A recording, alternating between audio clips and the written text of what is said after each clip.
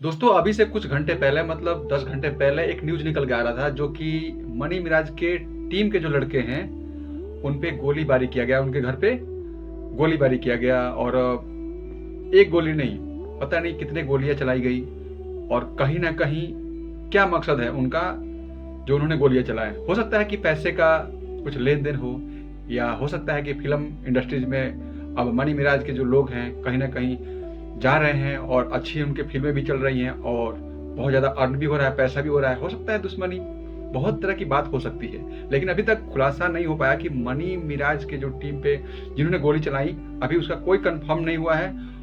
कुछ चीज़ें निकल के आ रही हैं लेकिन पुलिस वालों का कहना है कि सब चीज़ को निकालेंगे तभी जाके हम उजागर करेंगे। बाकी आप लोग समझ सकते हो कि भोजपुरी इंडस्ट्रीज में पैसा कमाना, नाम कमाना कहीं ना कहीं किसी को पचता नहीं है और वही सब जो लोग हैं ये सब काम कराते हैं। देखते हैं आगे क्या होता है, बाकी आपको न्यूज देते रहेंगे। धन्यवाद, नमस्कार। आप देख रहे हैं अर्जुन भोजपुरिया 95 को। जय भोजपुरी, जय बिहार।